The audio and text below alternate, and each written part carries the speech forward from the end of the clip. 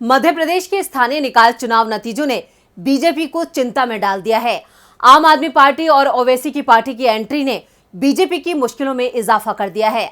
दरअसल बीजेपी की ये परेशानी गुजरात चुनाव को लेकर है, क्योंकि गुजरात में बीजेपी को अब कांग्रेस के साथ साथ इन दोनों दलों से चुनौती मिल रही है। मध्य प्रदेश के निकाय चुनाव में पहले ही आप और ओवैसी की पार्टी खाता खोल चुकी है। अब साल के आखिर में होने वाले गुजरात विधानसभा चुनाव को लेकर भी दोनों दलों ने तैयारी शुरू कर दी है। मध्य प्रदेश निकाय चुनाव नतीजों से गुजरात में क्यों बढ़ी बीजेपी की टेंशन? ओवैसी और केजरीवाल की काट क्यों ढूंढ रही है बीजेपी? क्या गुजरात में हार रही है बीजेपी? कांग्रेस ने भी आप, ओवैसी और बीजेपी के लिए बनाया एक्शन प्लान। गुजरात जीतने का कांग्रेस के पास है सुनहरा मौका। नमस्कार, मैं हूं परवीन शेख। आप सभी का हमारी स्पेशल रिपोर्ट में बहुत बहुत स्वागत है। आज की इस रिपोर्ट में विस्तार से चर्चा करेंगे गुजरात विधानसभा चुनाव की, जहां बीजेपी के पास खोने के लिए सब कुछ है, तो वहीं कांग्रेस के पास खोने के लिए कुछ नहीं है, लेकिन पाने के लिए गुजरात की सत्ता है, क्योंकि गुजरात को जीतने का कांग्रेस के पास सुनहरा मौका है। तो कैसे बीजेपी गुजरात में हार रही है, चलिए हम आपको बताते हैं। गुजरात में पिछले साल नगर निगम चुनाव हुए थे। इन चुनावों में आम आदमी पार्टी और ओवैसी की पार्टी मैदान में उतरी थी। बीजेपी ने चुनावों में विकास के नाम पर वोट मांगे थे और जबरदस्त जीत हासिल की थी, लेकिन इस बीच आप और AIMIM ने इन चुनावों के जरिए गुजरात में एंट्री कर ली थी। इस तरह राज्य में बीजेपी के लिए मुख्य विपक्षी दल कांग्रेस के अलावा अब ये प्रमुख दो दल नई चुनौती बनकर उभर रहे हैं। पीएम मोदी के गृहनगर सीट पर आपका कब्जा। गुजरात में पिछले साल हुए नगरीय निकाय चुनाव में आम आदमी पार्टी ने सूरत नगर निगम की 27 सीटों पर कब्जा जमाया था। इसके बाद आपने तालुका और जिला पंचायत चुनावों में भी अच्छा प्रदर्शन किया। आपने मेहसाणा जिले में पीएम मोदी के गृहनगर वडनगर तालुका में भी पंचायत सीटें जीतकर बीजेपी को चौंका दिया था।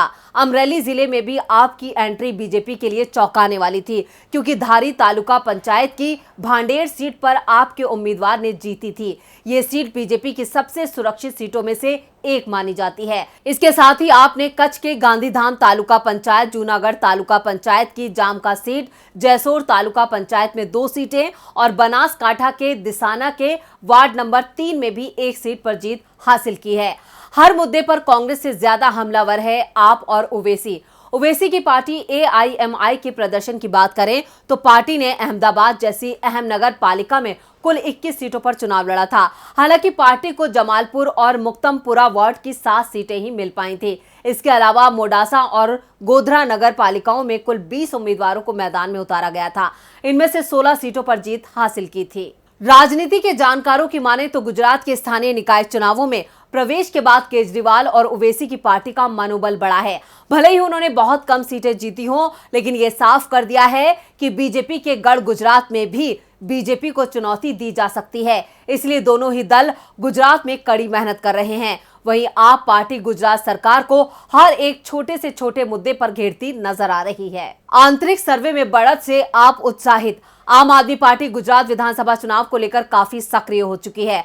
पंजाब में बहुमत के साथ सत्ता हासिल करने के बाद अब आम आदमी पार्टी अपना विस्तार हिमाचल प्रदेश और गुजरात तक करना चाहती है। यही वजह है कि अरविंद केजरीवाल इन दिनों गुजरात को लेकर कुछ ज्यादा ही गंभीर नजर आ रहे हैं। अरविंद केजरीवाल लगातार गुजरात के दौरे कर रहे हैं। भारतीय ट्राइबल पार्टी के साथ आपने गठबंधन किया है, जिससे पार्टी को आदिवासी समुदाय का भी वोट मिलने की उम्मीद है। गुजरात में पिछले 24 सालों से सत्ता पर बीजेपी का कब्जा है। ऐसे में सत्ता विरोधी लहर और कांग्रेस के संगठन में आई दरार का पूरा फायदा उठाने के लिए आप तैयारी कर रही है। आम आदमी पार्टी के अंदर खाने के लोग ये मानते हैं कि अभी गुजरात का पार्टी संगठन इतना मजबूत नहीं है कि वो बीजेपी को चुनौती दे सके। हालांकि इतना जरूर है कि आप गुजरात में वोट कटवा जरूर बन सकती है, जो कांग्रेस के लिए ज्यादा नुकसानदायक होगा। आपके प्रदेश प्रभारी डॉक्टर संदीप पाठक के आंतरिक सर्वे में आम आदमी पार्टी को 58 सीटें मिलने का दावा किया गया है। आम आदमी पार्टी की माने तो चुनाव में पार्टी को ज्यादा फायदा मिलने की उम्मीद है। गुजरात में आम आदमी पार्टी ने इसके लिए अपने संगठन में कई बदलाव किए हैं। पार्टी ने अपने संगठन के 107 पदों में से 33 पदों पर सूरत को प्राथमिकता दी है। इसकी वजह भी साफ है, क्योंकि सूरत के स्थानीय निकाय में आम आदमी पार्टी का बेहतर प्रदर्शन रहा।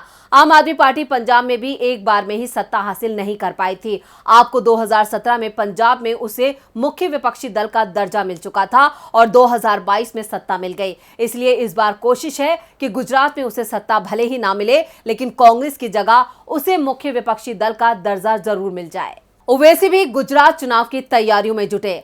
गुजरात विधानसभा चुनाव को लेकर असदुद्दीन ओवैसी की पार्टी AIMIM भी सक्रिय है। असदुद्दीन ओवैसी गुजरात विधानसभा चुनाव लड़ने का ऐलान कर चुके हैं। ओवैसी गुजरात के मुस्लिम बहुल सीटों पर प्रत्याशी खड़ा करने की तैयारी में हैं।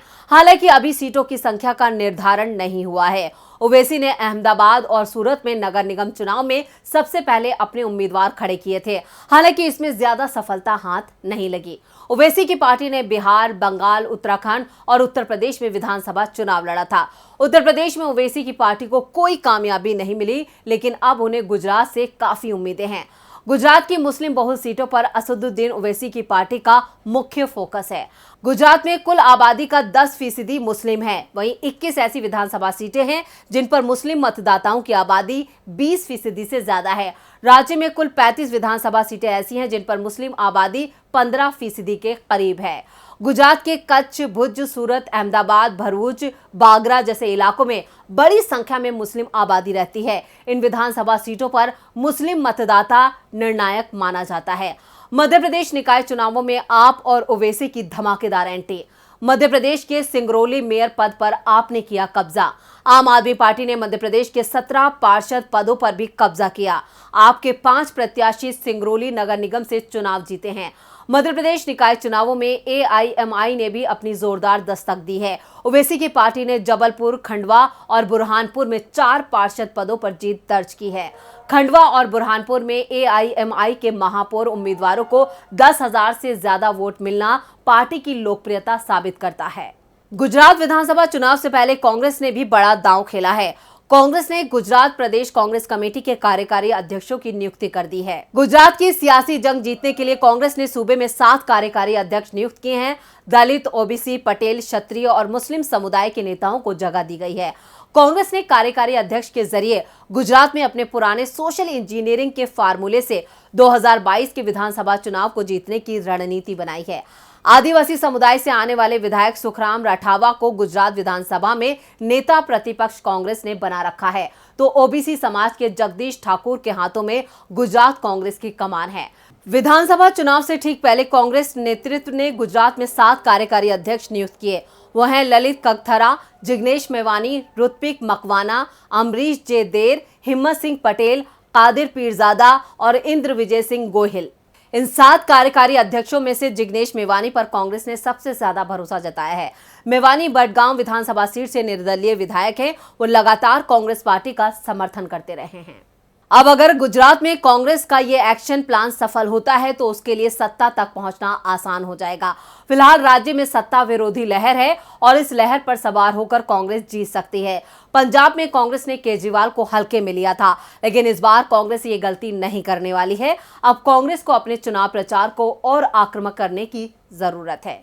तो ये थी हमारी स्पेशल रिपोर्ट। आपको हमारा ये वीडियो कैसा लगा, नीचे कमेंट बॉक्स में अपनी राय जरूर दें और इस वीडियो को ज्यादा से ज्यादा लाइक करें और शेयर करें। देखते रहिए DB लाइव। नमस्कार।